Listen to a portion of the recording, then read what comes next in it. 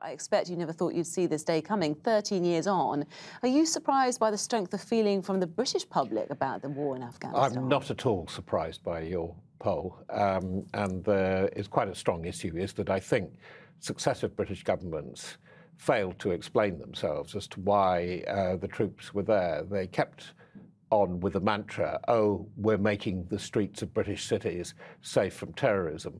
Well, nobody really believed it as stated like that, because even the United States gave up that line on what was going on in Afghanistan, and particularly when you look at our allies who took very limited aims. Let's help these people who are very impoverished, one of the poorest countries in the world. Take the Dutch, the Danes and the Canadians, and they took a much more modest approach. And I think there's been a major communication problem here. OK. Julie, you work with soldiers on a daily basis with your charity. 13 years is a long amount of time. How do you think they would sum up their Afghan experience? I think that it's important to remember that they were asked by their country to go. Whatever your focus in terms of whether it was right or wrong, as Robert's pointed out, they were asked by their country to go and they serve. And it's worthwhile? I think they're leaving the country in a better place than it was when they first arrived? Have they achieved something personally, perhaps? I think a lot of them have a real sense of achievement, and they are all very professional and completely committed to what they're doing on a day-to-day basis. Yeah, we certainly can't fault them. And Robert, you've been to the country many, many times. I mean, you'll know for yourself, is it in a better shape, as all our politicians like to tell us? It's very different, and it's very different in a way that, I'm sorry to... Different doesn't sound better, does it? What does that well, mean? Some of it is better, some of it in terms of education, but the thing that really catalysed the change, which you don't hear too much about from the politicians, is the advent of the mobile phone.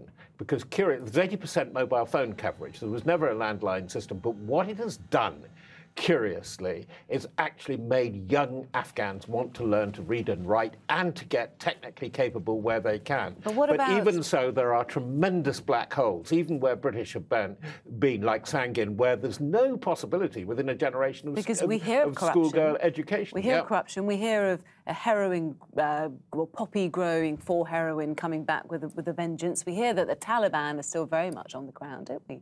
Well, there are two or three things there. You're absolutely right. The war goes on, and look at the casualty figures of the Afghan National Army. It is the heroin hub in the world, and that's where I question Tony Blair saying that we'd be able to tackle this. It takes generations to deal with things like heroin, as we've learned from Thailand and Cambodia, where it took over 25 years in Thailand. Much more modest problem. OK, Julie, let's move forward. I mean, 448 troops killed, thousands more injured, some with horrific life-changing injuries. And for the majority of troops have been in and out of combat for 13 years now. So how on earth do they adjust to normal civilian life back here in the UK? Because that's going to be a huge challenge, isn't it?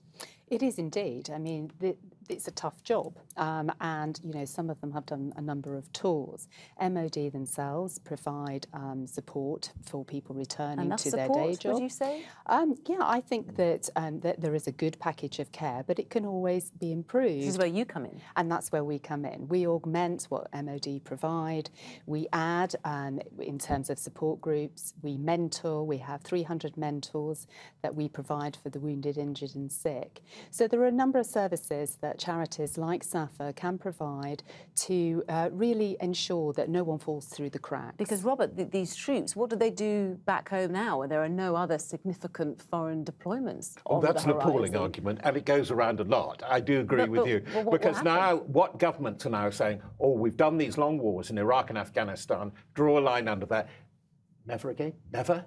I can remember that was said in the 20s and 30s, just before I was born, and look what happens. To say we won't quite do things in that way again doesn't mean that we don't need forces or hard power to do other things in the future. And that is why we're in a really difficult position, seeing how dangerous the world is, even on our own doorstep in Eastern Europe now.